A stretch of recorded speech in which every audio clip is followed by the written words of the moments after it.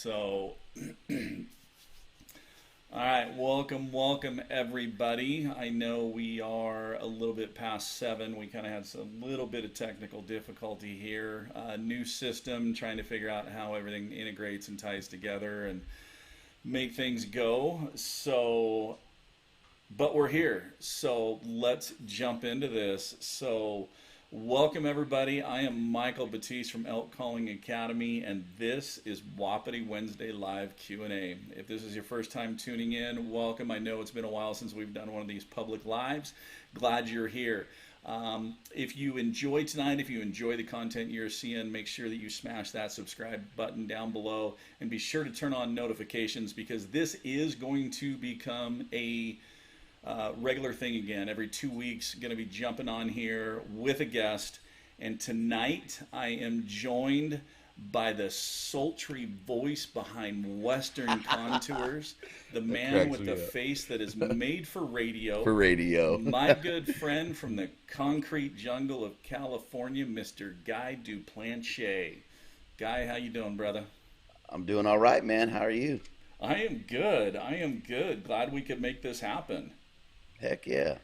Bringing back the Wapiti lives, man. It's exciting. Yeah, in fact, that's kind of how we kind of met and became friends. You know, you started as a supporter of ECA there and tuning into the ECAs, and it developed into the friendship, and then you kind of, would share the audios from those Wapiti lives on your podcast. And so for those of you that may not know who you are, go ahead and introduce yourself and give us a little backstory. I'm a nobody. No, just a hunter, man. You know my tune. I run Western Contours, host and run Western Contours podcast, and we just focus on our passion, man. And my passion as of the last 4 years has been elk hunting, and everything else is secondary, unfortunately. I sadly have to admit that most hunting doesn't hold a match to chasing the mighty Wapiti, man. It's some days I regret it, and then I look at it and I go, man, there's nothing like chasing those elk. So I save everything I have in terms of time off and favors with mama for September. Nice. Now, but she joined you out in the field last year. Yes. Yeah, so that was phenomenal, right? I don't know, 20-something, 26, 27 years together. I've been hunting pretty much the whole time, and finally got her in the woods, Like you said, we're from the concrete jungle, so hunting and outdoors wasn't something that she was exposed to, so she's learned to appreciate it last year on a different level, but previously through my eyes and seeing the benefit that it brought to me. But yeah, sharing those, I think she was in the woods 6 days with me last year. And, now the question is, did she get bit by the elk bug? She did say that there was something about it that struck her and intrigued her even more than she was. Haven't got a bow in her hand yet, but she's definitely going to be joining me again this year for, a little duration. Nice. So we'll see, we'll see where it takes us. Now, what got you started on elk hunting? What kind of piqued the interest there? Man, I've been chasing elk tags here in California for about 21 years. So I'm max points here in the state.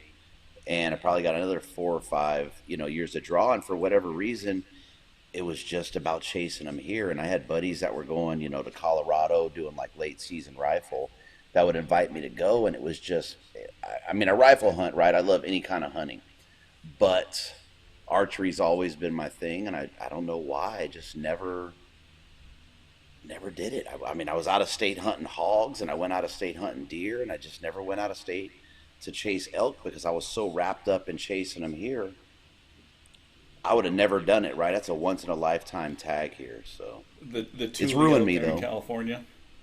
At the time, honestly, it really didn't matter. It was like, you get 10 points deep, and it's like, I just want a damn elk tag at home.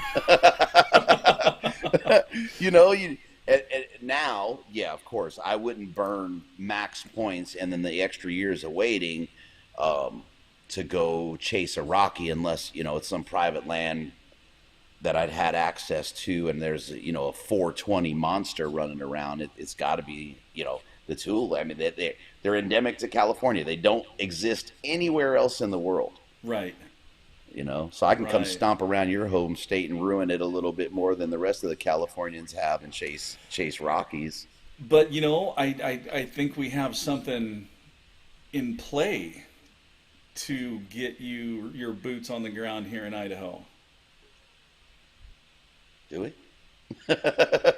Man, you forgot that I already invited you to camp for the Well, that's 2022 season? 22. Yeah, yeah, that's 2022. Wow, but that's still a plan in the works. Oh, heck yeah, let's You go. want to talk about knocking down a guy a little bit there? I mean, geez, Ah, feeling, I thought you meant excited when now, you talk buddy. about you coming. You're like, man, I'm joked, I'm stacked, and yeah. And then I bring it up, and you're like, what? I, I, we're 4 or 5 months off a season. I'm thinking you're talking now.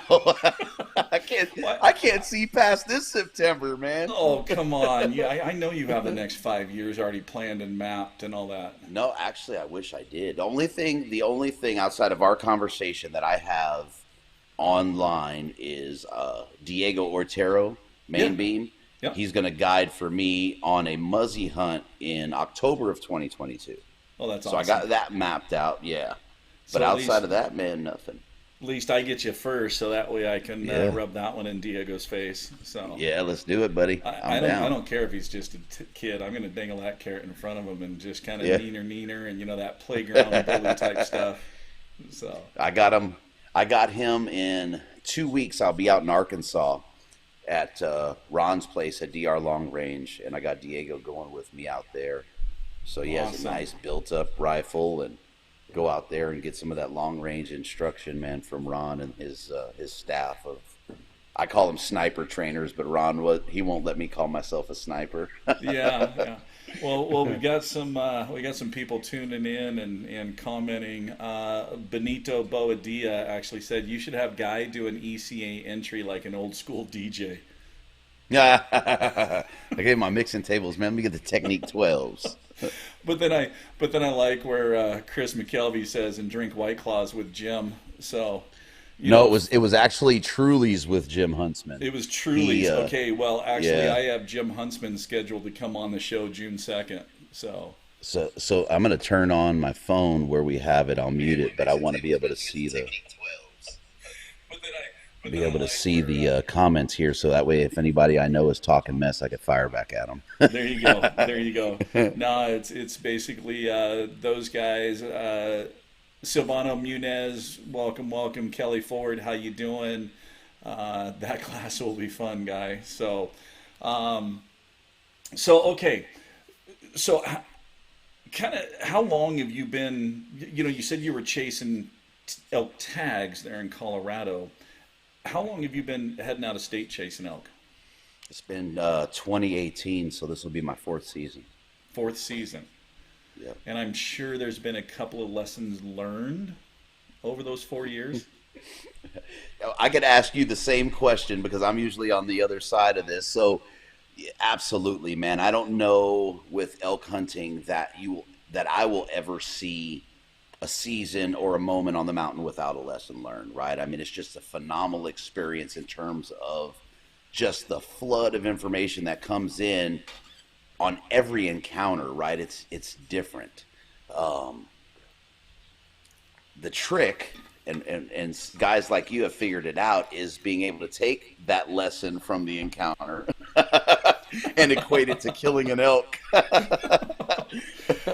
You know what though? Let's see. I started chasing elk in 1988, so it's been a couple of years since I Yeah. started, and it Can I always tell the seems story? like every year that first opening weekend that always make little mistakes to where you're just walking off the hill shaking your head going, man, Shaking your head. you know better. How many times are you going to make that mistake and this and that? But then you kind of get into a rhythm and stuff, and then it's like, oh, okay, I kind of remember how we're supposed to do this and what's supposed to happen. So, Yeah, it's a what would you really say interesting. the biggest lesson is that you've learned? The absolute the biggest lesson, the absolute biggest lesson, right? I did 23 days on the mountain last year. I did, I think, 16 the year before, and you're talking consecutive days. The biggest lesson is sun up to sundown, never stop, keep it moving, don't throw in the towel, because you will absolutely regret it. And those moments of opportunity, whether you screw them up or not, are missed by every moment that you are not pursuing that animal. Absolutely. Yeah, you could. So those 23 days that you were there, you could be getting kicked in the teeth for 22 and a half of those. And then the last 4 hours of that last day, it could all come together. And then, man, all of a sudden you had the greatest elk hunt you've ever had in your life. And that's perspective too, right? It Because I is. got my teeth kicked in for 23 of those 23 days, and we'll go into the scenarios if you like here in a bit. Sure. But when you walk off the mountain and you look at, and this is all cliche, right? But when you look at those experiences and and where you started, right, you'll equate those to success to some level, right? Right. We want to notch the tag, and I can't say that my desire to put my hands on that massive bone on the head of that animal is not the top priority. I would say fill the freezer, but that's there's a plus there, right? I just so people don't go, "Oh, what did you just say?"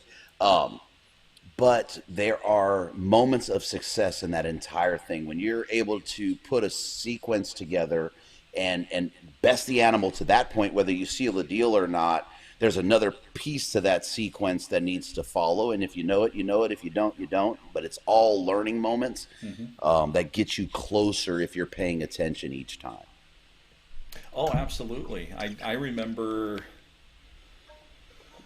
was it the 2019 or 2020 season where you and I talked quite a bit about low audible sounds and responses?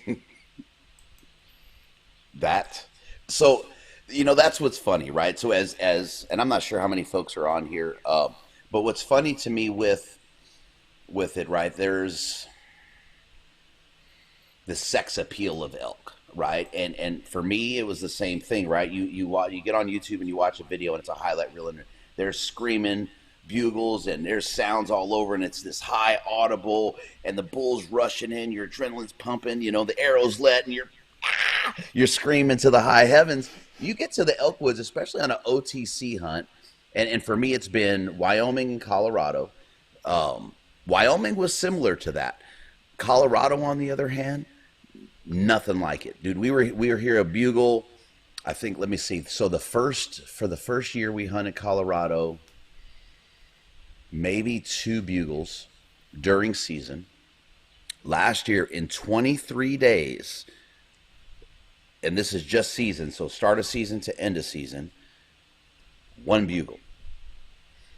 12 hours before season, they were screaming like crazy, going off. 10 trucks go down the road, and silence from the bulls. We weren't hearing them at night. I did my night routine here a couple nights. Nothing. They were not. They wouldn't pipe off at all. Wow. Everything lent itself to very low audible to inaudible in our ears sounds, and you have to pick up on those things that are going on. I remember when you got back from that hunt and we got on the phone and talking about it, and you were like, dude, I never realized there was that amount of low audible noises out there. Oh man, it's phenomenal. And it's because, you're exactly right. Everybody focuses on that bugle fest, that encounter, that screaming match. And so that's what our ears are tuned for. We're listening for that high pitch of that bugle. That, anything that's lower register, we don't pay attention to it, or we just kind of dismiss it of, who knows what that is. I didn't hear a bugle, I'm going to move on.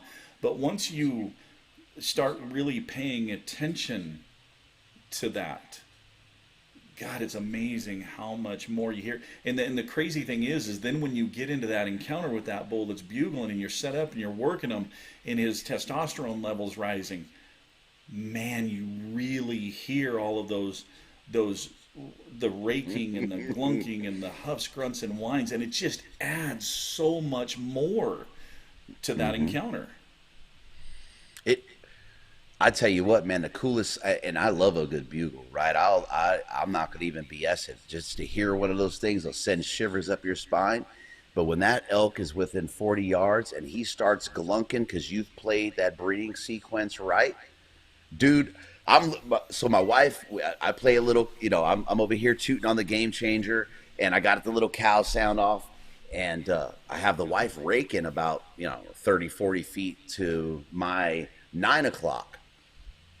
And when I spotted the bull, I was actually walking, making cow sounds, and I spotted his antler through a window this big, and I saw him turn around, and I could just see where he just come out. And I'm like, oh crap, he's coming. Man, when he came through the opening and his teeth, he's showing his teeth and his head is up and he's smelling our direction. Dude, he started glunking, and I'm looking at her like, do you hear this? And she's like, what is that?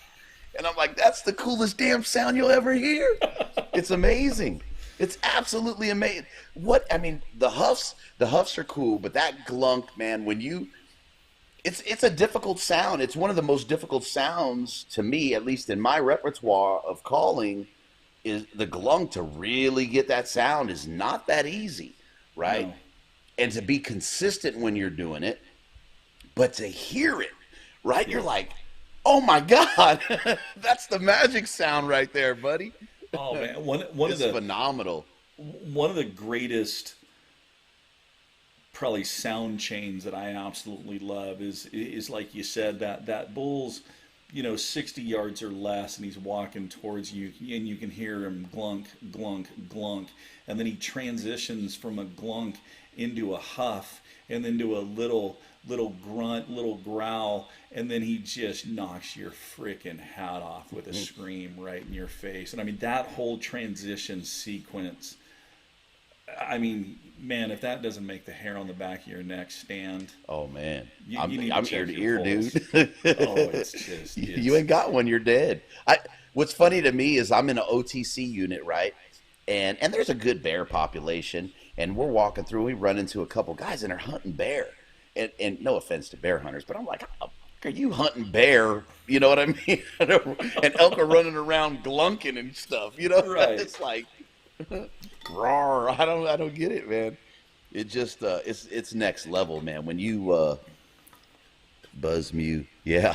When you hear those sounds. Let me touch on that, because that's Kelly who's hunted, in our group the last couple of years, and last year, Kelly and Chris, we went into, we have this area that's called Shangri-La. It's an incredible area. I mean, just major elk highways through this place, and we get in there, and there's these two spikes up on the hills, and so I set Kelly up, and I just kind of start doing inviting cow routine. Get these spikes to come down, and they're kind of milling around and this and that, and so I'm increasing the intensity, and I break out on this buzz mew, and Kelly starts laughing, and I can't see what the spikes are doing. I can just see him laughing, so I'm like, oh, the spikes must be liking this, they're responding, and so I do another inviting cow routine, and I break out this buzz mew, and he's laughing again, and then bam, this bull screams at 125 yards out. I'm like, oh, okay, well, that's kind of cool. So, Chris is here. Man, this would be kind of cool. Call in 2 bulls, 2 shooters, 2 bulls down. Yeehaw, let's have fun the rest of the day. But every time I would buzz mew, that bull would immediately just scream, and Kelly would laugh. I thought Kelly was laughing at the bull. Well, this bull ends up running in, and he loops down about 40 yards below us, but he comes on the bottom side of this little hump, so all you could see was the top of him, and he got far enough by that he caught our wind, and off he went, and well, then the spikes ended up turning around and going with the herd, and so Kelly and Chris and I are just sitting there talking, laughing, great encounter. because we had one of the spikes come in at 8 yards to Chris, but he was kind of quartering two, and Chris passed on the shot, and we're all sitting there, and I finally look at Kelly and I go, "What were you laughing about?" And he goes, "What the heck was that sound you were making?" He had never heard the buzz mew, and so he kept busting out laughing every time that buzz mew would happen. With Kelly, was that because Michael did it so horribly, or it was just a funny sound? Because that's what makes me laugh, man. I have my buddy. I'm like, hey, you call, and he tries to pipe off, and it's like, oh God, we're hunting, not making him run. Put the diaphragm away. Don't pull Yes. that mess out again the rest of the season. And get on ECA when we get back home and get ready for next September. Yeah. Oh, and since you did the shameless plug for Freddie, here we'll do a product. The GC. Yeah, yeah. So there you go. Product placement. There you go, Freddie. You got a shameless plug and product placement in the live here tonight. So It's actually, man, that's a hell of a tool in the woods, man. That's Oh, it the way, is. especially we're talking about those low audible sounds. Yep. And some, a part of my year. So I had 10 days with the buddies, then I had 6 days with the wife, and then the rest of the time was mine. And that was one of the things that I noticed with them solo, especially there, right? The bugles don't really work. I had one response to a bugle, a locate, which was phenomenal. But the game changer is great, man, for those huffs and stuff like that, right? And just really getting some of those cow calls thrown behind you and whatnot if you flip it around. Great tool. Well, yeah, it is, because the nice advantage of that is when you want to get into some cow sounds that you want a little bit more emotion added to it. A lot of people will add emotion by force of tongue or air, and it kind of stresses that reed a little bit. Game Changer is a great tool to allow you to add more emotion into a cow sound, a little more volume, and you can just stay nice and relaxed on that reed and just play it normal. So Kelly responded and said he thought I messed up. That's why he was laughing. So, so let's talk about some of these scenarios that you'd kind of mentioned in that you got into that you kind of pulled lessons from. Oh, man, the biggest one. I mean, to tell you, last year we had, I mean, when we're talking, low audible to very no audible, I'm going to say we had 15 to 20 interactions. And it was hindsighting myself and looking back in the journal and my little, note dictation things about what happened. The bulls, well, okay, I guess it depends on who you ask. The bulls would hold up. Like, they would come into a point, expect to see us, they would respond to what we were doing, and then not being able to seal the deal in advance because of lack of knowledge, and I'm just going to be honest about it, right? And not paying attention to, hey, I'm here, either you come to me or shut the hell up. As I had a couple, man, so not last year, the year before, and I told you I was frustrated because I kept the bull for 35 minutes going back and forth like I had a hot cow and a horny bull. And I kept him, 25, 30 minutes. He was downhill of us, wouldn't come up. He just kept raking, doing his huffs, and it was the same thing. And I had a repeat of that this year over and over and over. And it was just, it got to the point where it's like, okay, dude, what are you doing wrong? And I think I have it now, right? And we'll see this year, but it's, and I guess this is just a point for everybody that's here learning, right? Is it's very interesting. I think you have it licked. And when you get to that point where that bull is out in front of you, but you can't finish, you got to figure out from that point, how do you get him to commit further? And I know the answer to that now. Well, that's the biggest. That's the biggest thing. You immediately got to start analyzing that and going, why did he hang up? Was it your setup? Was it because you were in a little more open timber that he got to the point where he should be able to see the elk that's making that noise and he doesn't? Because remember, elk are always they're going to want to see that elk first. And at the same time they're trying to see, you'll see their ears moving, and so it's see you, hear you, And then if they can't do that, either of those, that's typically when they will circle downwind, because then they're going to use their third defense and smell you. But yeah, anytime that bull hangs up, it's all those things that you immediately got to start analyzing everything and dissecting.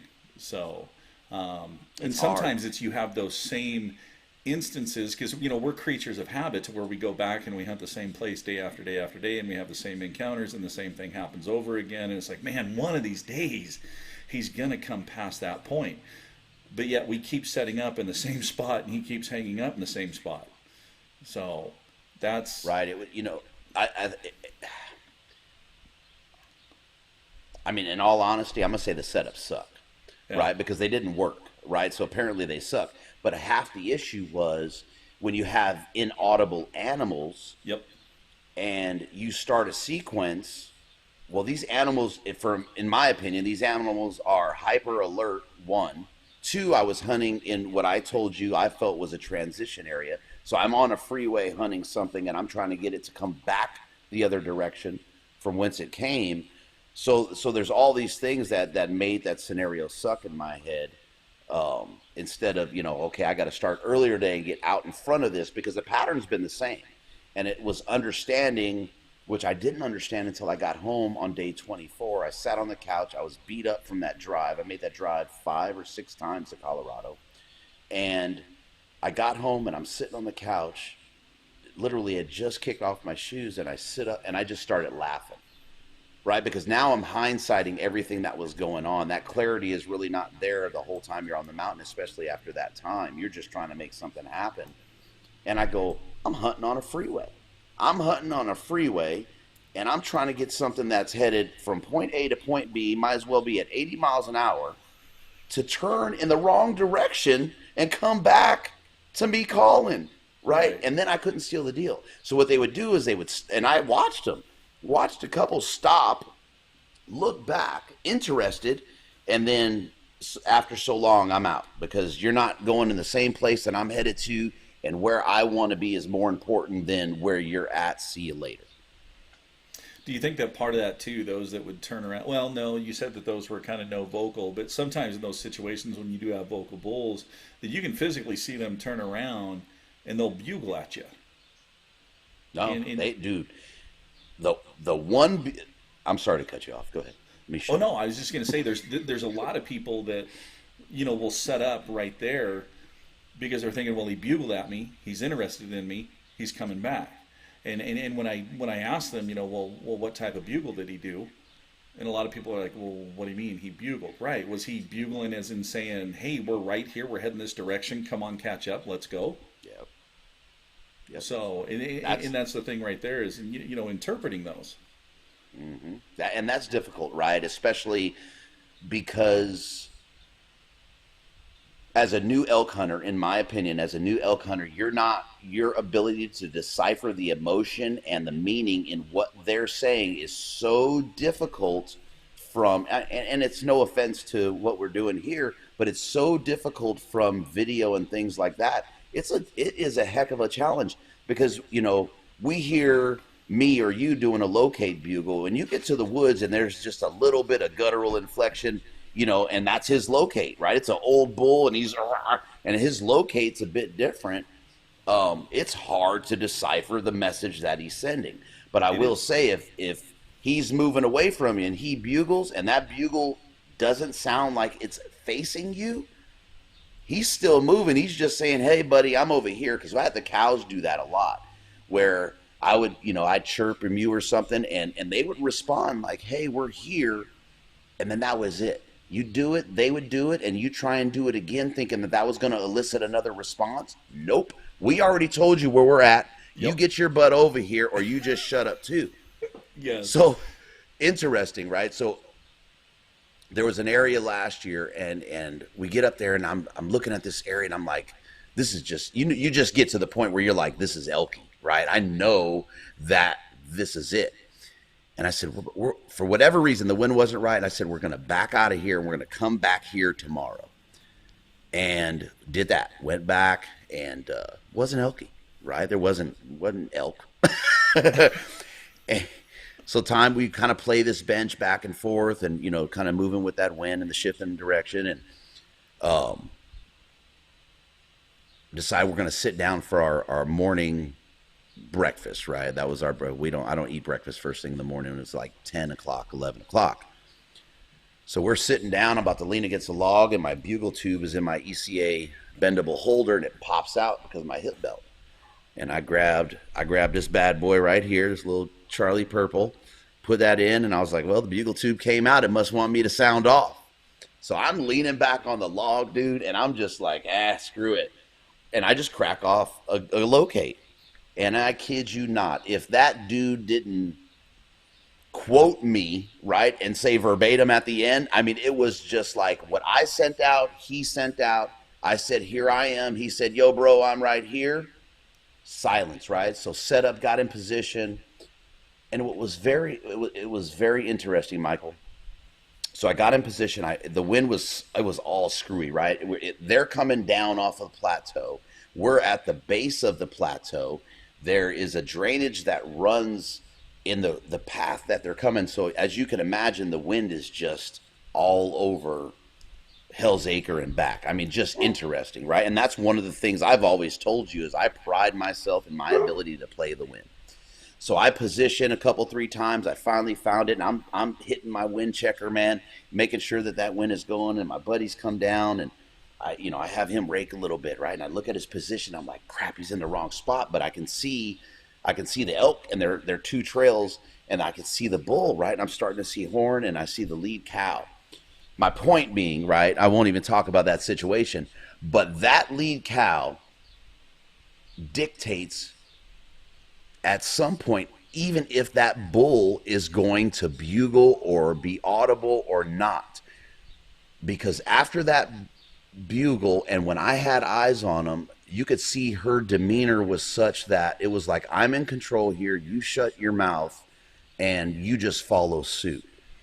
When that situation was blown by that lead cow, and I never heard another peep from what was about 15 or 16 animals, man, that was the most insight I have had in elk hunting to date. It was phenomenal to see how much, and we hear that, right? And you talk it, the lead cow, she is in absolute control, not just the path of travel or where they're going or what they're doing at that point of the season. This is probably around the 6th or the 7th.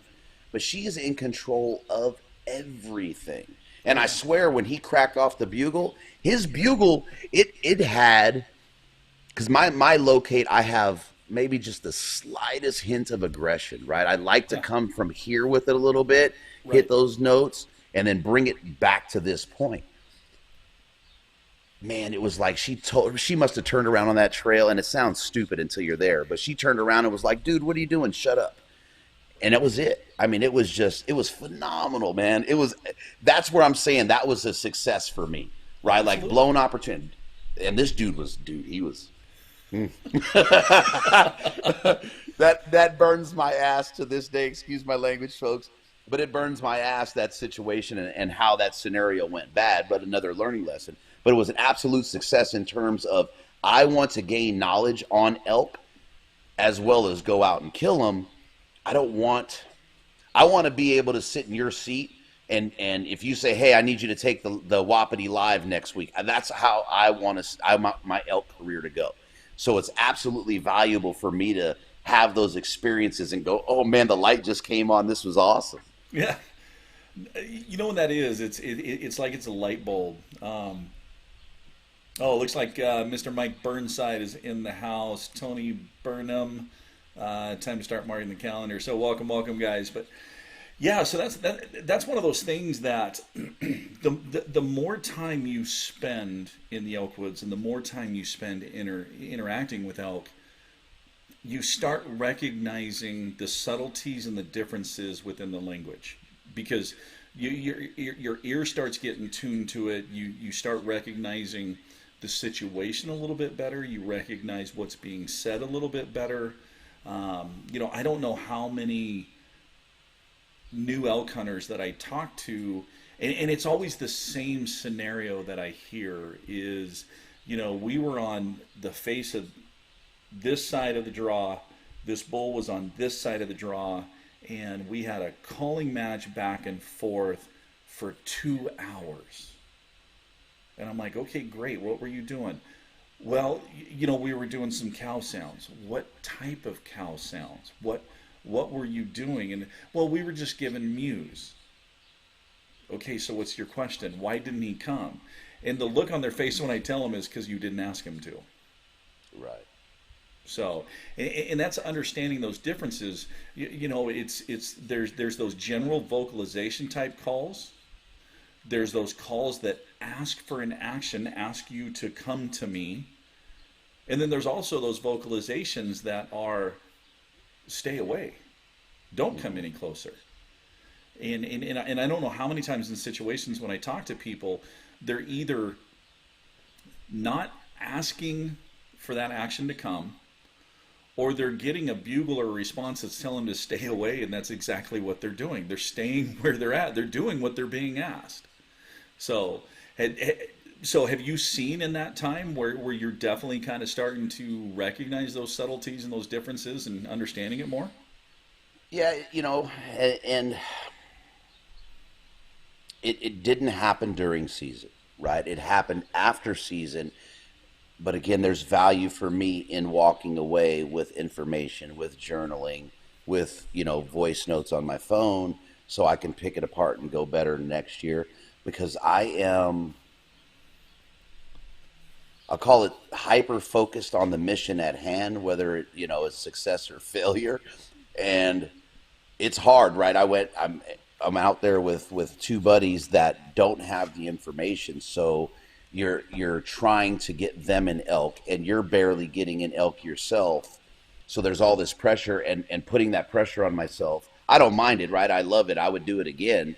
But putting that pressure on myself didn't allow me to really pay attention to the nuances and those things that I was missing. So coming back and being able to dissect my season, and then taking, those first 3 seasons in preparation for this year. I've actually started earlier than I had been in dissecting that information, because I'm not coming off the mountain this year without a GD elk, man.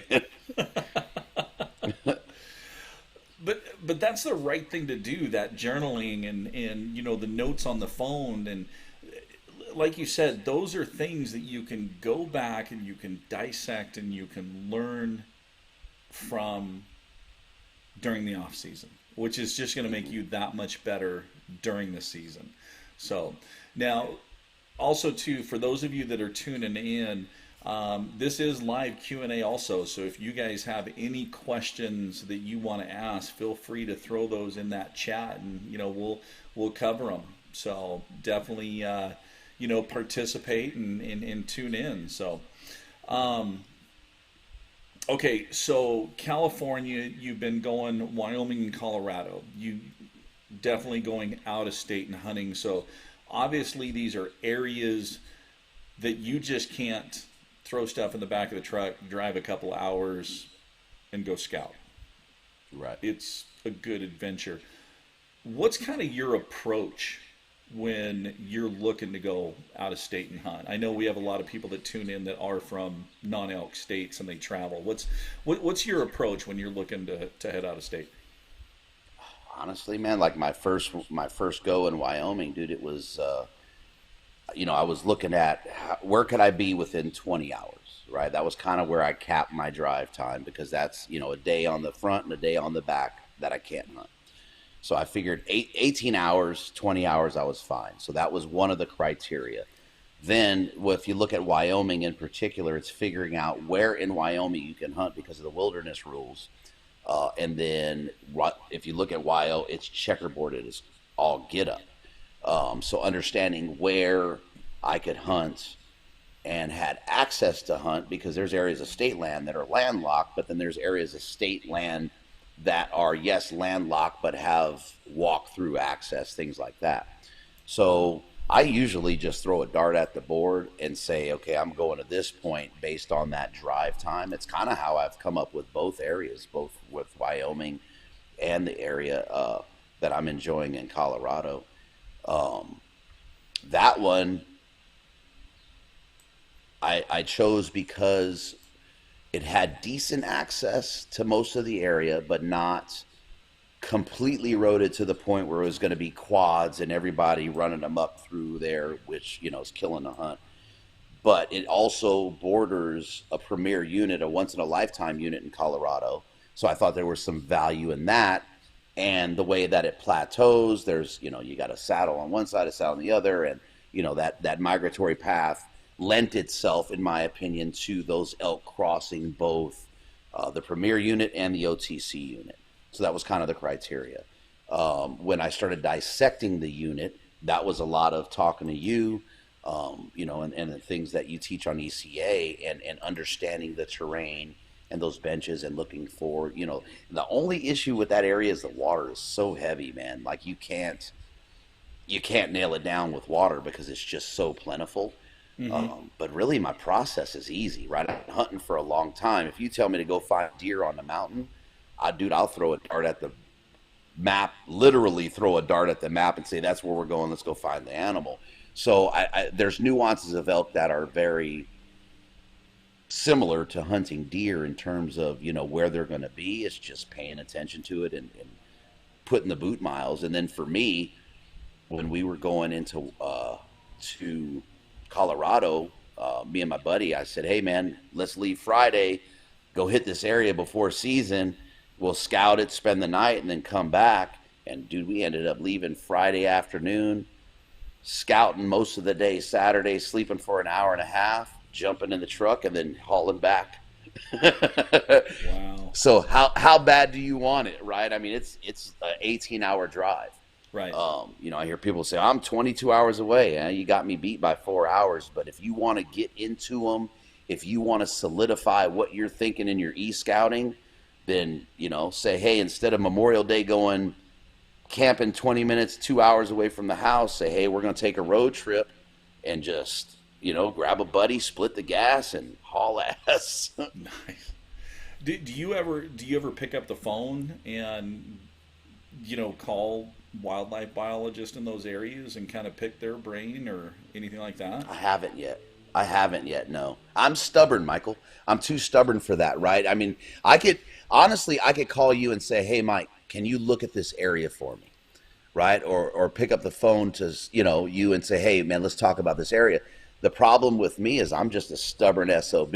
And as much as I appreciate the tutelage and the things that you're willing to share, there's a level of it that I want to be capable of. And because I don't have the knowledge of the animal per se, right, in terms of vocalizations, behavior, that's the stuff that I'm going to lean on you for. And picking a spot on the mountain, man, if I got to have you do that for me, then I'm degrading myself, in my opinion. So, and no offense to anybody that utilizes that, that's just me, right? It's just my personality. But you've hunted long enough that you understand animal behavior. You understand, gaining elevation by working on top of the ridge. Looking for saddles, benches, basins, water sources. Dark timber. You understand all of that stuff and what to look for. So, yeah, when you pull up to an area and you look back into that drainage or up on the mountain, it's like there's a good chance we're going to find animals there and there. But also, too, we might want to go check out this area just to check it off the list and say, no, we don't need to go back there. So, because, you can definitely, summer trips, you can find a lot of sign that shows you that rut activity is going on in that area. There may not be a lot of animals in there right now, but you see the sign that, man, come August, September, October, there's animals in this area, because where they are throughout the year changes, and especially during the rut, where they're at, right before the rut, pre-rut, peak rut, post-rut, staging for winter, all those areas. So if you understand their behaviors, their needs, and what their mindset is throughout each time of the year, I think that's really going to help you on what areas to focus on when you're going out of state and whatnot. Oh, absolutely. I mean, if you and folks, if you have the opportunity to go scout an area, right, and you start, seeing scat, how old is that scat? Like if you're in an area and it's, May or June, and that scat is green and slimy when you put your boots on the ground, right? I'm not saying write the area off, but I want you to find scat that is old and crusty and some of it, bleached white from the sun if it's in the right position.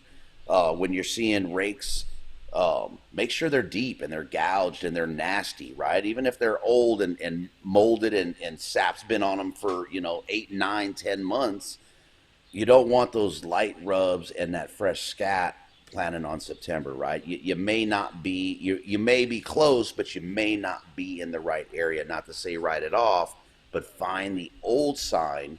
And I think you and I talked about this after that scout that I made out there. And I told you, man, there was sign everywhere. And a telltale sign is look for remnants of hunters, because we will always leave something behind, right? Unfortunately, there's always something that we leave, and that'll tell you whether or not that area is getting hunt pressure.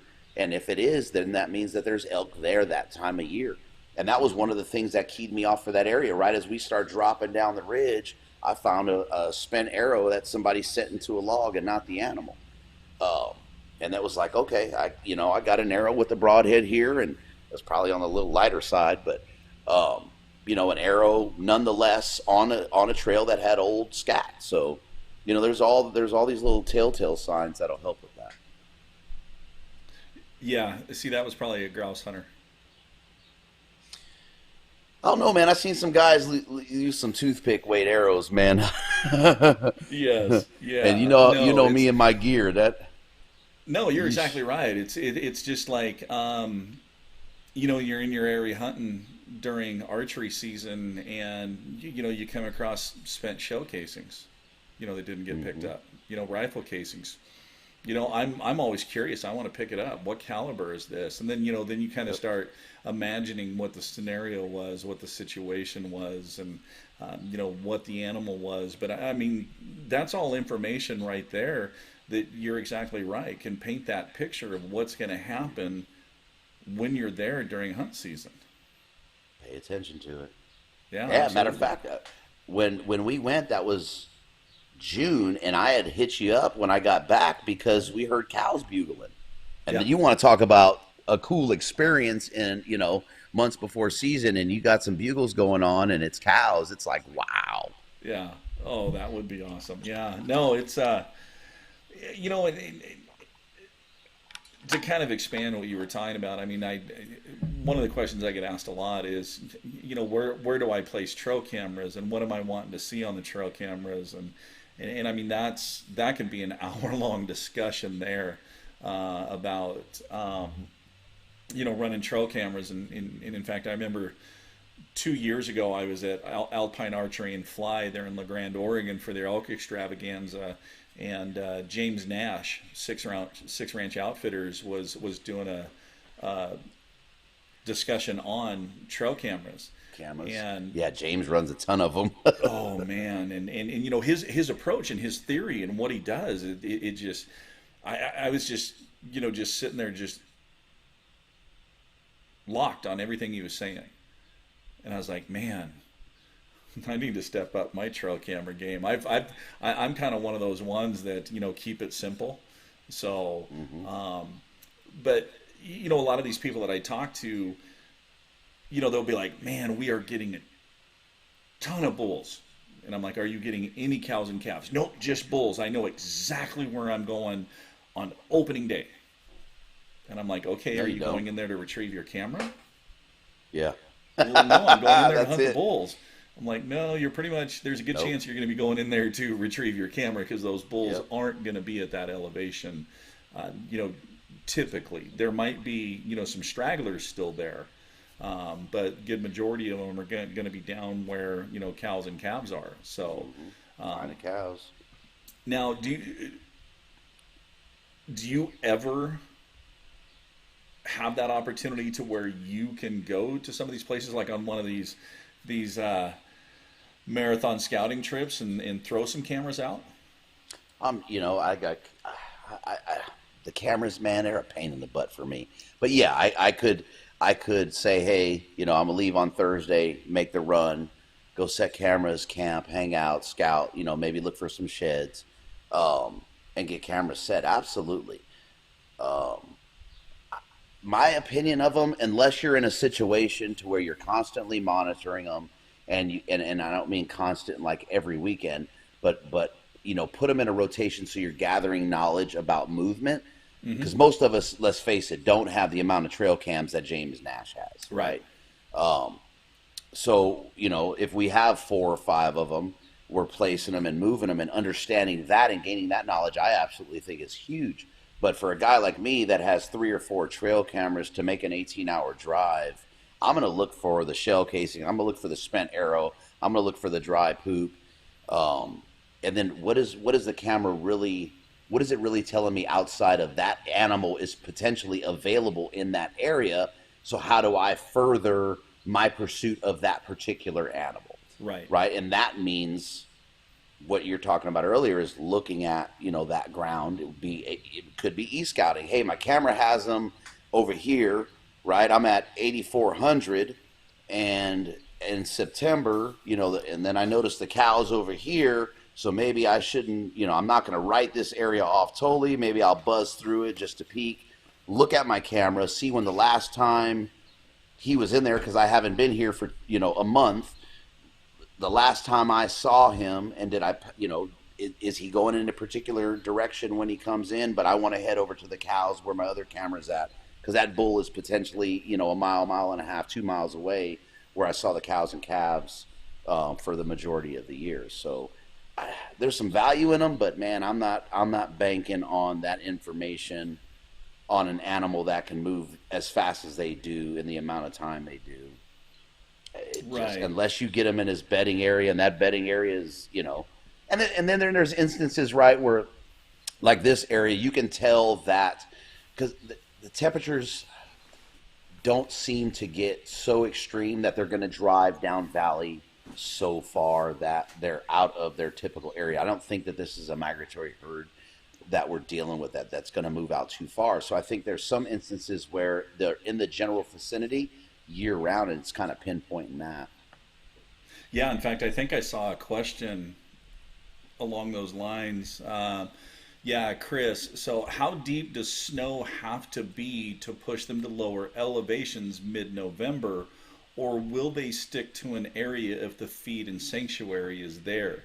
And Chris, you actually answered your question there. Your own question. If they have access to everything they need, food, water, and cover, they're going to stay there until the snow gets deep enough and they have to push lower in elevation to then again get those things back. So it's not really that it's a certain depth, it's how it interferes with their access to that food. Now you will get some big mature bulls that will stay high on the mountain all year long. It doesn't matter how deep that snow gets. I mean, I've had buddies send me pictures up at 9, 10, 11,000 feet snowmobiling, and they're on a groomed snowmobile trail and come around a corner, and here's this massive 6x6 standing in the trail, and they're like, dude, what are you doing up here? So and they're going into those tree wells where the branches get down and they form a pocket down underneath the tree to where the snow's not getting, and they have a very small area that they move around, but they're getting enough food in those areas to survive. So Chris, you answered your own question. It's as long as they have access, they'll stay in that area. It's once they lose the access, they drop elevation to get that access to food sources back. Because that's the biggest thing that they're doing is they've got to pack on, and they need that food source in close proximity. They can't be burning a lot of calories hiking a bunch of miles to get food, to get water, to get anything. They have all that stuff right there close. Yeah, and I mean, in terms of that, right, in my opinion, too, we're looking at, a bull that potentially just went through the rut, right? The energy that those animals spend during the rut is such that they're trying to get on that winter fat now, right? So we got to consider that as well. So they're not going to do anything that's overly strenuous. And I think, and maybe correct me if I'm wrong, Mike, But I think too, to a point, right? If you get an older bull, right? That monarch, as we want to say, he may retreat to those areas like you're saying, and that may be his holding ground. Hmm. But at some point, he's going to move down, and maybe he has that feed that he can move down relatively easy to, and then back up the mountain for that sanctuary. Yeah, they've got their safe, little pockets, and a lot of those bulls. I mean, once the rut is done, they go back into solitude, and I mean at that point, I mean their mindset at that point is eat, eat, eat, eat, eat. They got to pack on all that fat reserve that they lost. If they got injured during the rut, they've got to take it easy and let all that stuff heal. So yeah, a lot of times, some of them are just so spent that's why they're stuck in that place. That's why they stay there, because they don't have that energy to really make that migration route out. Think about that, right? And listening to that question and the answers that we're providing here, that's a hard life, man. Right? You're dealing with predators 24/7. Then you put us in the woods for September. You're fending off the guys that are your buddies the rest of the year because they're trying to procreate with your woman. Then after you spend all that energy, you got to get your energy and health back up so you can avoid predators and do the same thing again. And don't What a die of life. starvation during the winter, yeah, and survive. Yeah, yeah. Exactly. Isn't that funny? I mean, you hit the nail on the head. These bulls that all summer long in their bachelor groups, they're all buddies, they're all spending time together, they're all growing together, they're packing on the nutrients, having the horn growth, and man, as soon as that switch gets flipped and they rub that velvet off and they get hard horned, there's no love in that group anymore. Oh. So, all How right, deep is the snow? Mike Burnside, how do you plan on backup hunt areas in case something goes way south in your primary spot? Hunt pressure, fires, access problems, etc. So, Mr. Guy, you want to take that one? I'm a fool, and I usually only have a plan A. If plan A don't work, okay.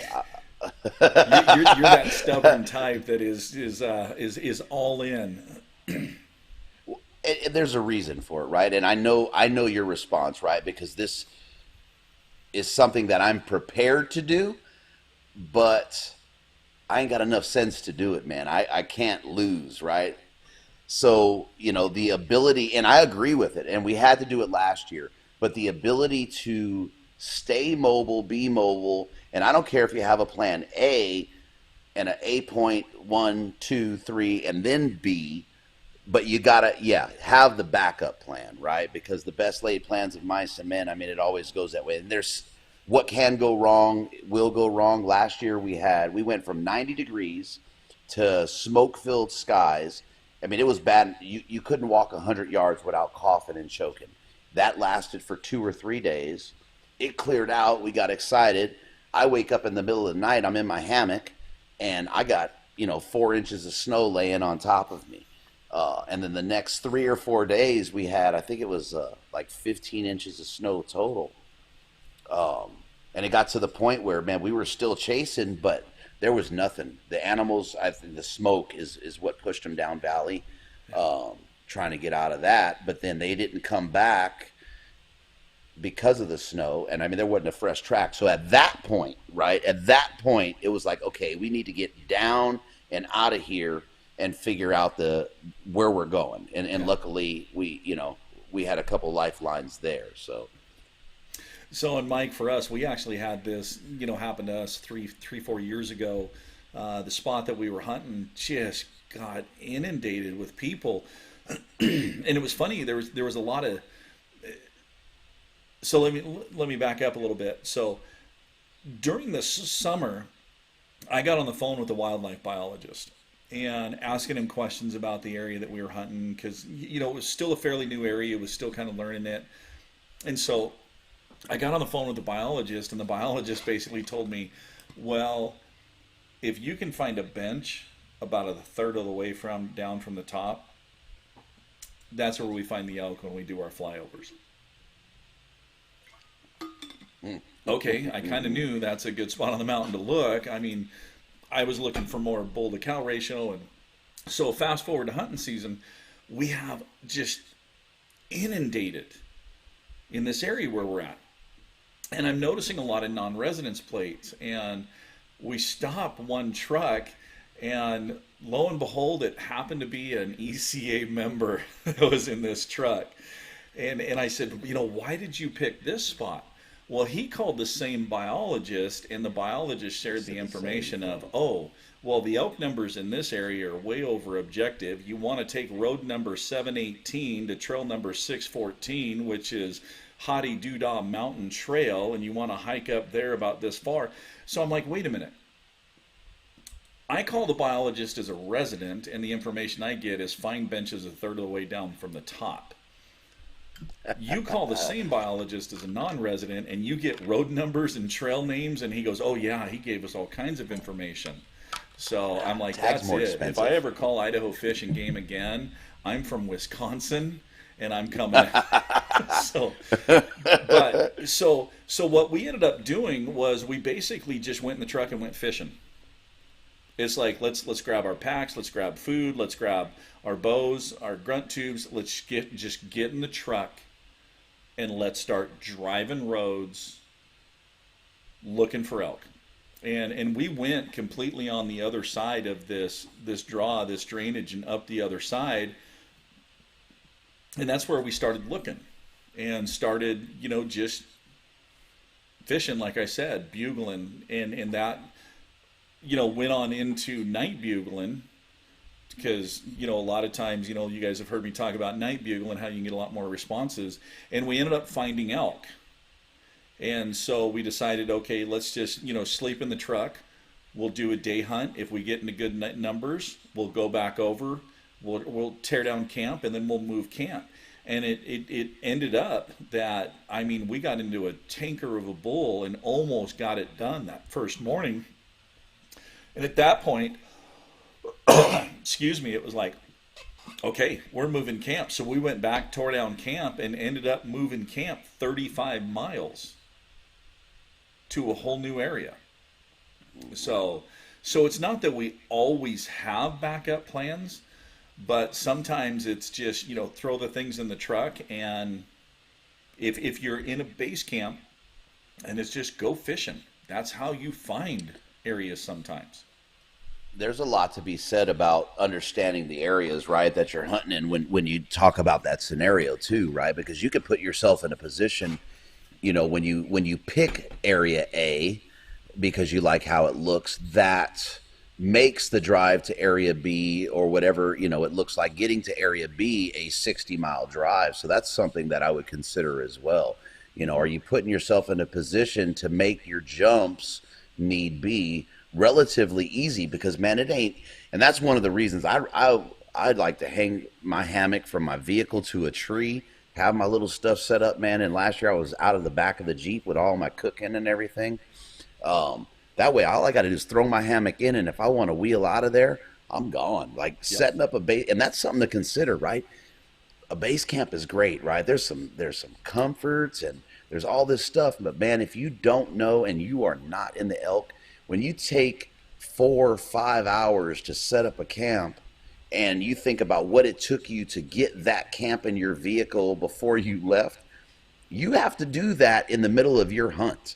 Right. Really consider, consider what you're taking in terms of a camp, because that's time you're not in the woods or going to the new spot, so you're in the woods. So I would really watch that too as we're having it, and look at your setup in terms of where you're positioned on A. So for us, we are probably 9 miles in off of a county divide road.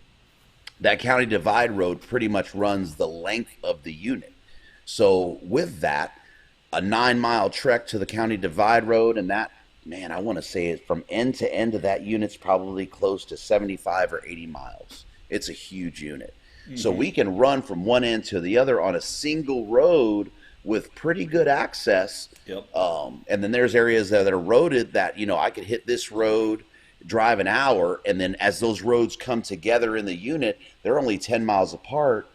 So there's this big loop system. The roads may never connect. So you got to really look at that stuff as you're devising your plan. Oh, 100%.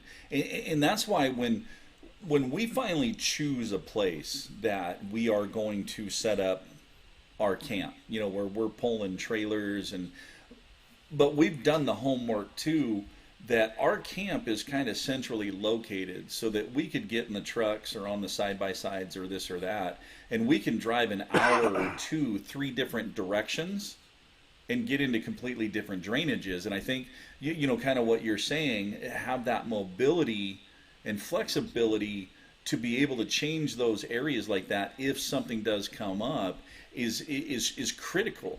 But again, it goes back to, we are creatures of habit.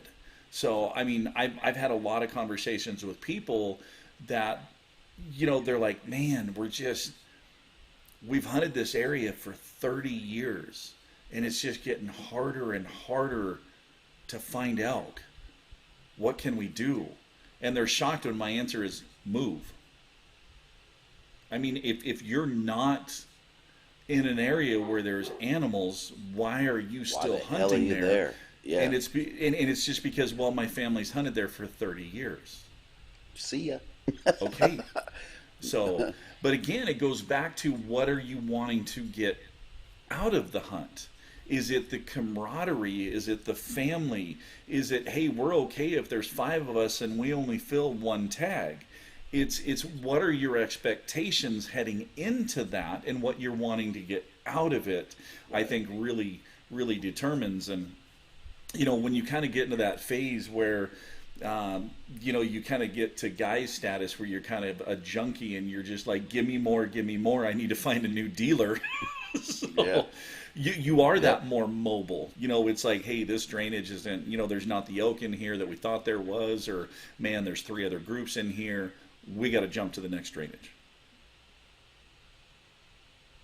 Yeah, you got to be willing to jump to that next drainage, or you need to learn how to play the guy that's not playing them right.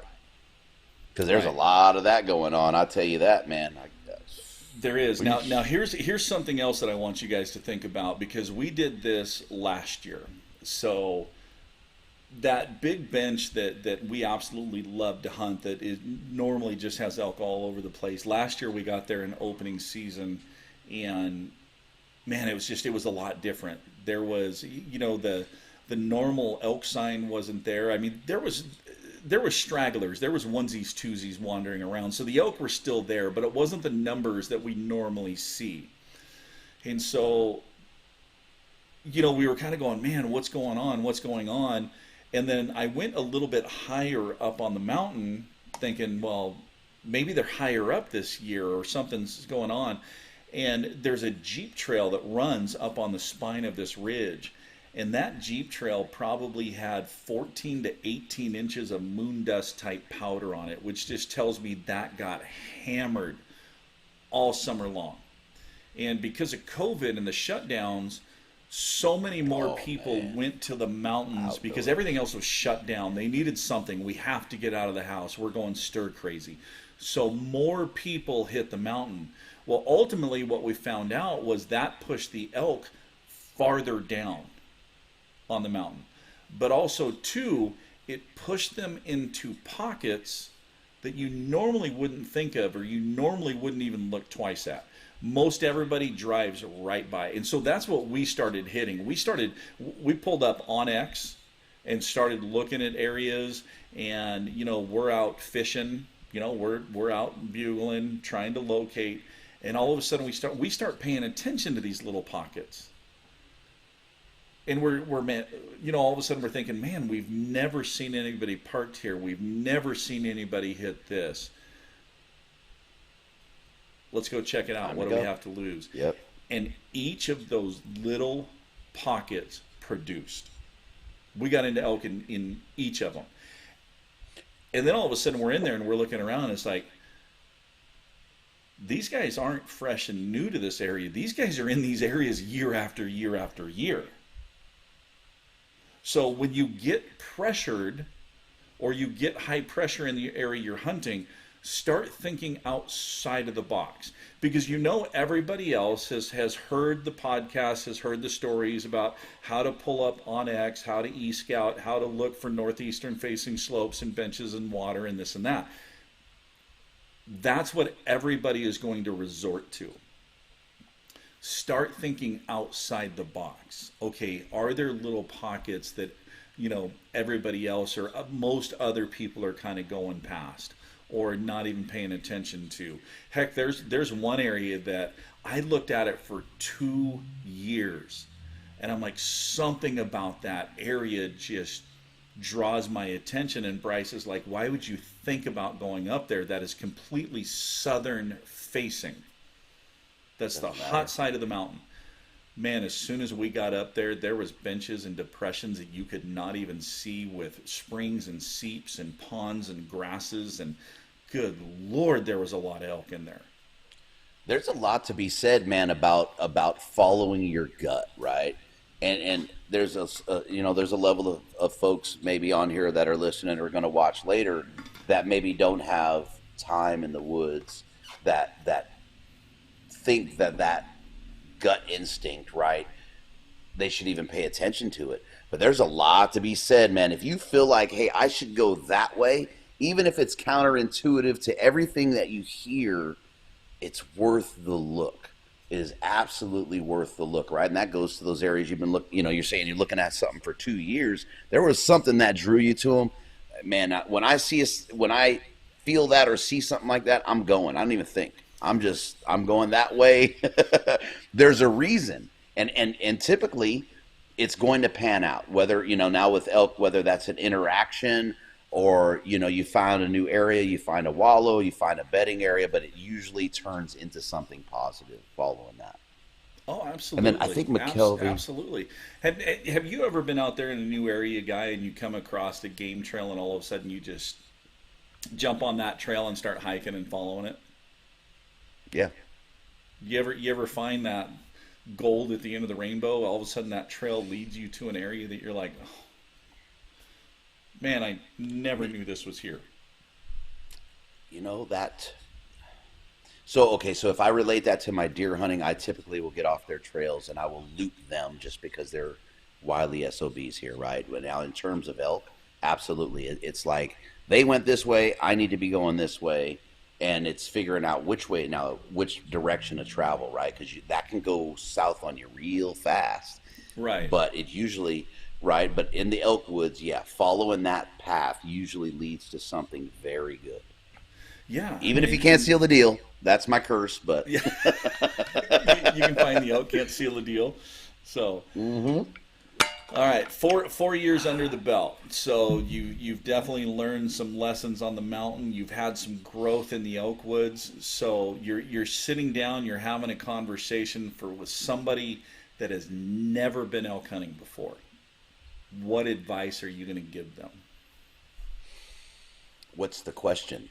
Right, because here this is why I posed that, because I have a ton of people that go, well, I just don't know because I don't know if I'm ready, right? So whenever I get that one, I'm like, you have nothing to lose. What are you waiting for?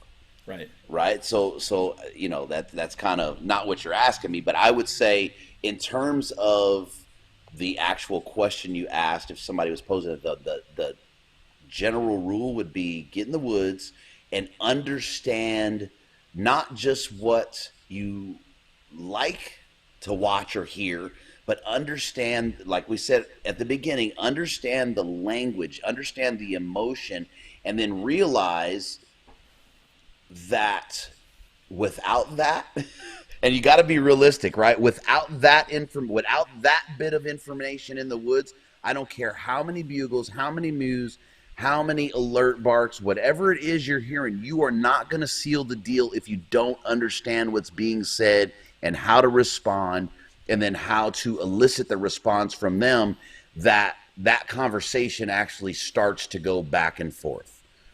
And one of the things that I see when we talk about new folks, and I'm guilty of it, but what I see, and I should send you this video, or I should just play it on here, but I'm cussing a lot in it because I couldn't believe it, is I set out a locate bugle, and everybody immediately wants to challenge or flippin' chuckle.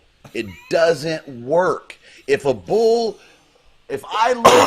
I send you out a nice locate bugle, and I'm saying, hey, bro, I'm over here, and you scream back at me. What's that meme that we always see? F you, Tony, Right. is on there. Right. If that's what's going on, all you're doing is you're running him off. He's not Yeah. going to respond anymore. So understanding the language is primary, man. If you don't understand it, and if you can't further the conversation because you don't understand it, you are going to learn the hard lessons that I've continued to learn to this point. Oh, And absolutely. there's a lot to know. Yeah, I couldn't agree more, and that's definitely, I agree 100% that, because a lot of new elk hunters, and you see it a lot of times in on social media and chat boards and this and that, and everybody is always, man, I'm going on my first elk hunt. I'm shooting 100 arrows a day. I'm running 5 miles a day. I'm working out twice a day. I've got all my gear set. Okay, but how many of those people sit there and say, I'm practicing my calling 30 minutes a day, or I'm studying vocalizations? They invest a lot in gear and equipment and their level of fitness, but very, It very can only take you few so far. invest in the level of knowledge. Yep. And Which, honestly, man, that will only take you so far. That level of knowledge is, until you're in the woods with them, you ain't gonna know it. You gotta get spanked, right? Because in my opinion, it's a different game, right? And I'm not belittling or taking away from anybody's pursuit, but 10, 15 years ago is a different game than it is today, because the popularity of elk hunting, the amount of pressure that these animals are up against, they are going to respond to that. So you understanding the language now was more important, is more important now than it was 5, 6, 10 years ago. It's a different game. If you don't have and understand the nuances, you could have a $5 backpack, a hand-me-down bow, and a pair of tennis shoes. If you understand what Michael's talking about in terms of language and talking to the animal and understanding, you'll kill an elk. If you have two $2,000 bows, right? Arrows built for specific animals, $1,000 pack, $500. None of that crap matters if you don't know the language. You're gonna be out there running around looking like pretty. That's about it. You ain't but killing you're gonna nothing. look good, and you're gonna get to the top of the mountain easy, and you're gonna get back down easy, Maybe, and maybe. you're gonna be comfortable in all the gear that you have while you're doing it. Yeah, yeah, So, but you ain't killing an elk if you don't know. Man, telling you. We didn't even talk about my scenarios, all of them, the hang-ups. I mean, you get an animal within 50 yards and you can't figure out how to seal the deal, and you do that. Shoot, most people would do it 5 times and walk away. Do that 20 times and get off the mountain and go, what am I doing wrong that I can't seal the deal? How come I can't get this animal? And here's the problem with the information and not really understanding it like we should understand it, is because you won't even realize that you're saying the wrong and doing the wrong thing, that you're in a position for that animal to either come into you or you to advance, but you can't figure it out. It's frustrating, but it's phenomenal at the same time, especially when you have the realization. The one thing I will say is all the little notes, because there's no way to remember it all. Get on Wapiti Wednesday live Q&A, or get on one of the lessons and literally listen to it. I don't care if it takes you 50 listens to put each bullet in a sequence in your phone, right? Whether it's, cold call or breeding sequence, put it in your phone. That way, when you're playing through that, and now, I gave my chirp, and when you're escalating it, you just follow it on your phone, right? The elk don't know you're staring at your phone, and nobody but you knows that you're doing it. And I'll tell you, I'm doing it this year because it's that's a too great much idea. to take in the woods. Great idea. It's invaluable, because then you won't forget the sequence, right? Yep. And I can be stubborn, but I ain't stupid. So I want to go out there and increase my odds. And if that means, taking notes with me so I don't forget something. And I even got it to now, it's like, okay, here's this scenario plays out, this is what I do. and there's my sequence. It's right there for me. It's just, man. No, that's a Get great me idea pumped because up. one of the questions that I get asked a lot is, pacing, within these sequences and these calling scenarios, and I mean, pacing is one of the hardest things to learn, because you can pay attention to the sounds and it's like, okay, I know what sounds to do. But man, then you get out there and your emotions and your adrenaline and everything else starts playing. And, you know, 30 seconds feels like 4 minutes. So, Yeah. and Yeah. all of that, then all of a sudden, so yeah, those notes is, I mean, that's a great idea. I mean, you've heard me preach the journal, God, for how many Hmm. years now, and I just think that's a great tool. And nowadays with these, where you have that notepad on there, you can have so much information right there at your fingertips with you at all Yep. times. So, And you can but yeah, I whisper it in. mean, You don't even have to the, type the it. the average on elk is one every 6 to 7 years, and most areas are an 8 to 10% success rate. Now, what's crazy is within that 8 to 10%, you have individuals that are every year, and it's Yep. not because they have the best equipment. It's not because they're in the best shape. I mean, Mr. Joe Gilia. I mean, how long has he been shooting his bow? Hmm. 20 years, 15 years. 15 15 years till he years. got the and the nuclear So bow that he just got's killing him. yeah. So it's because these individuals that have this consistency year after year have the knowledge, and it's not just the knowledge of the animal behavior. I mean, knowledge encompasses so much. It's understanding their mindsets and their needs at different times during the year. It's understanding those mindsets and needs at different stages during the rut. It's understanding the vocalizations, what they mean, and like you said, what to say back. I mean, I still remember, a couple of years ago with Bryce, that we just stopped in an area to check this area for a morning hunt, and I threw out just a nice relaxed location bugle, and the response that got back was just, oh, just this low little whine, like, yeah, I'm here. And so I paused for a couple of minutes and I let some cow calls. Man, this bull just wah, just immediately answered with excitement. And I mean, I've seen video after video of this same scenario. Well, where, like you mentioned earlier, people immediately are just, F you, Tony, immediately Yeah. after that. And then they don't hear another bugle.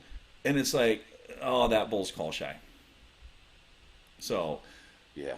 but if they had paid attention to the responses, it's like, okay, man, this guy was timid to a bugle, excited to a cow sound. Now you can repeat that same scenario again to see how he's going to respond. Yep. If you bugle again and he's timid, and then you hit the cow sound again and excited, man, you immediately go. I've got a middle-aged class bull that's probably a satellite, 5 point, maybe a small six. He is by himself. He is looking for cows, and his mindset right now is gathering cows so that he can breed. He is looking to gather cows. Give him what he wants. They'll tell you what they're wanting. They'll tell you what their mindset is. It's our job to clue in on it and then adjust what we're doing accordingly. You got to kill the excitement. You got to kill the urge to get excited. That urge to get excited, and especially if it's through a bugle tube, is going to kill your opportunity. Oh, yeah, get I that mean, I'm adrenaline almost to pumping, the. and we want that bugle fest. We want that screaming face to face match, and God dang it, I'm gonna make it happen. I'm gonna make him do this. If you're on an OTC elk hunt, you ain't making crap happen with a bugle. You're lucky to get a locate back. So if you're gonna play those odds, you might as well not have plan B and C and be stubborn like me and stick with plan A if that's your deal. Because I don't care if you go from A to Z. If that's your only plan and that's what you think your repertoire, that's all you need in your repertoire, you're done. Right? Right. Send me your tag money, Yeah. please.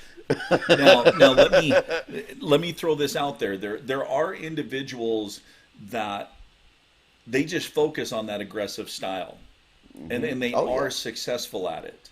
Yeah, But if absolutely. you hear there's a main theme or a main thread with all of those that individuals, and it's we cover ground until we find an elk that is in that Yep. mindset. Yep. So that's the key. And I used to be that way early on in my hunting career, and then all of a sudden one day, 13, 14 mile in on a loop, and all of a sudden I sat down and I'm like, how many elk am I walking past? How many elk am I going by to just find that one? That I one. mean, is it Yep. five? Is it six? Is it seven? Now, if you're coming from out of state and you're going to a new state and you only have this small window to hunt, you would think that instead of walking by those six and seven just to find the one, that you would want the opportunity to try to have encounters with all eight. So, all right, so let's hit another one of your scenarios. Man, we're an hour and 40 in. Man, it blew by. All right, Um, let's hit another of your scenarios again, and then we'll see if we got any questions, and we'll wrap this up for the night. yeah. So the biggest one, right, is what I found is raking. I carry that piece of redwood stick with me, and in my pack, and I whip that sucker out. And honestly, at this point, raking is my favorite call. It works, man. It draws in cows and calves and spikes. Had my wife rake in a nasty old monarch, and the only real shot opportunity that I had on a bull, like legit drawback, I can kill you. And Michael, I think I told you that, man. His bases were like this round, but dude, he was straight back and he was forked only, right? That's not a legal bull in Colorado, and man, it was hard. But humpback, and he's an old on the Old decline. dude, Anywho, big old droopy oh belly on him. man, yeah, he was. Oh god, but anywho, that raking and then understanding that I've introduced a bull, right? And that bull's just raking. What did I do over here? In a lot of these instances, I didn't bring another elk into it, right? I'm just a bull raking, so I get a bull and he's 50, 60 yards off and he rakes back at me. Well, what reason does he have to come in? Because now we're just over here like doing this 50, 60 yards apart and having the realization that, hey man, I need to show him that there's a little bit more going on this side of things, right? Man, I'd hate to say it, dude, but that was a few scenarios, bro. That was quite a few times where that happened. But for me, it's a realization of those things, and it's all hindsight is 2020. You know Oh, what I mean? That's absolutely. just what it was. But You, I don't you know, mind. and it's funny that you kind of had that realization and learned the lesson there. What it was for me was an old timer that stopped into camp and was kind of chit chatting with him a little bit, and he just looked me dead in the eye and he's like, "How can you write a story of an event that hasn't even happened yet?" And I go, "Well, what do you mean?" He goes, "You're basically already writing this story and you don't know anything about the characters or the settings or anything." And man, that just really resonated with me. And I was like, man, he's right. Every encounter with a bull is different. Every scenario is different. And you can even have an encounter with the same bull on different days, and it's completely different because his mindset's different. I agree. As soon as you said that, what the old timer said, that just hit home. It was just like, yeah, oh, absolutely. Oh, it did. It did, and it was actually the very next day that I was on that long hike. that, man, I just sat there and all of a sudden, started going, really started thinking about things differently. So, because early on for me, it was how many miles can I get in a day? How much hike can I get in? How much country can I cover? How much ground can I cover? You know, all that stuff. It was all about that. I'm guilty of that too, man, and it's hard. I'll look at something and I just want to climb that because I could climb it, and I'll lose focus easy, but I'm done with that. Or we get that destination locked in and we get that tunnel vision on that destination, and it's like, okay, I gotta get to this spot. I want to get to this spot, and we're not aware of really what's going on around us. Well, that's like I said, I was hunting a freaking transition area. They have point A and point B. I'm here in the middle. I'm seeing elk in there and fresh sign every day or elk every day at some point. And I'm so hyper focused on this middle section that point B nor point A matters to me one iota. And it takes me 23 days and a drive home to sit on the couch and go, oh, that's what it was. I remember having that conversation with you. Yeah, I called yeah, as soon as I figured it out. that's the thing. I mean, you get to their destination spot, especially if it's a bedding area. You get to their destination spot, and they may only be in that travel corridor for 2 hours in the morning. Dude, I could. That's the frustrating part, Mike. Outside of the anomalies, right? There'll be a cow calf, or there'll be a couple cows in a calf group, or that lone rag or that lone spike walking through, which will make you lose focus on point A and B even more because Right. there's elk there. It doesn't matter. And then when you go back and you go, man, what time was that note as you're going through those notes for the season? And you go, son of a, that was this window from this time to this time every single day. And the hardest, okay, so I realized it to a point, and then I'll say this: the hardest part with this area of transition is that there is 5.5 benches. Okay, when you go, I'm getting up earlier because it's been 7:15, and 7 the last 3 days. Well, you have to pick the right bench. Yeah. Yes. Yeah. Because you're still hunting in between A and B.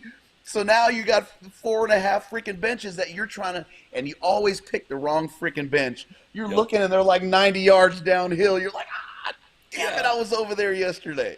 And it's just, it's the funniest. I don't even know why it's so funny to me, right? An OTC out of state elk tag is not cheap, man. But it is the funniest thing to look back on and go, what bonehead moves can you make for $800? Right? Because you're chasing this animal, and it's like, and the animal's really, yeah, they best you, right? But the animal's not besting you. You're just not smarter than yourself. You know what I mean? It's like you Yeah. have this information, and it's just paying attention to it and not letting the excitement of it get you off your game. And really, like I said, taking the notes, or understanding what you're dealing with, and then just taking all the lessons, all the ECA lessons, right? Whether it's the e-scouting portions or the calling portions, but taking all those into the woods with you. And all of us are a little bit different, and we'll get hung up on certain aspects, and that'll really, determine whether we're going to turn right or turn left. Understanding that before you go into the woods and saying, okay, I got the best of all of it, and this is my approach, using all the information, not just a calling strategy, but all of that information. No, And absolutely, and you're right. We get distracted on those areas because, like you said, we've seen elk in this area every day in this window, and we never go to we never go to that end point. And we always see too, man. They're they're heading the same direction every day. yeah, So you know they're going that direction. But for a lot of people, they never go that direction. They never go see where they're going because we've seen them right here. They've been here every hmm day. I'm gonna yep, get them eventually. that's, yep. But 23 like you days of said, eventually. you only have this window. Yep. Whereas if you went to where they were going, man, you can have, You increase that window. oh, then you got, then they're there for 6 to 8 hours. Yep. So, It, yeah, it's it's, that's a hard realization, but it's it's a to me it's a good lesson. it is. And I think it's one of those that, again, we fall into that comfort zone. We fall into that creature of habit. And that's where we end up locking. So, all right, we got any questions popped in? I think we got all I the didn't see questions covered. anything. The only thing I think I saw Chris McKelvey had asked something. Chris, you could hit me up if you want to talk about that third rifle season. Oh, But there it my is. only comment to that would be look for slightly open country, right? Yeah. Some of those areas you get dense and the cover's so heavy that it's not gonna lend itself to rifle. So just And to hit on yeah, that question. definitely, that third rifle season, um, you can pattern them. So do a little bit of homework, pattern them. And then basically, if you find, like let's say each morning you see them go from their feeding area and go into a patch of timber. You see that same thing happen 3 mornings in a row. After light, they're going to leave their feeding area and they're going to go into that patch of timber. Set yourself up. Now, they may not always enter in the exact same place, but they're going to enter that patch of timber. So, and you can do the same thing in the evening.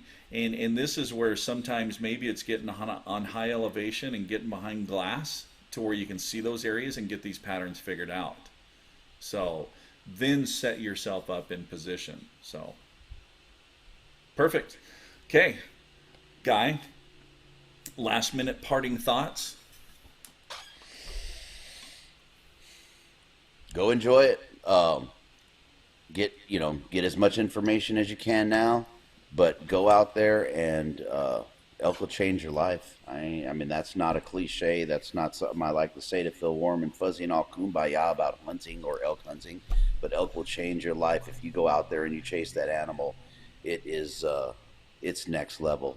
The only thing that I think that guys would compare it to is some sheep hunt up in the mountaintops of Alaska, or you talk to a high country mule deer guy. But get out there, enjoy it. Don't waste any moment of opportunity to learn and grow out there in the country.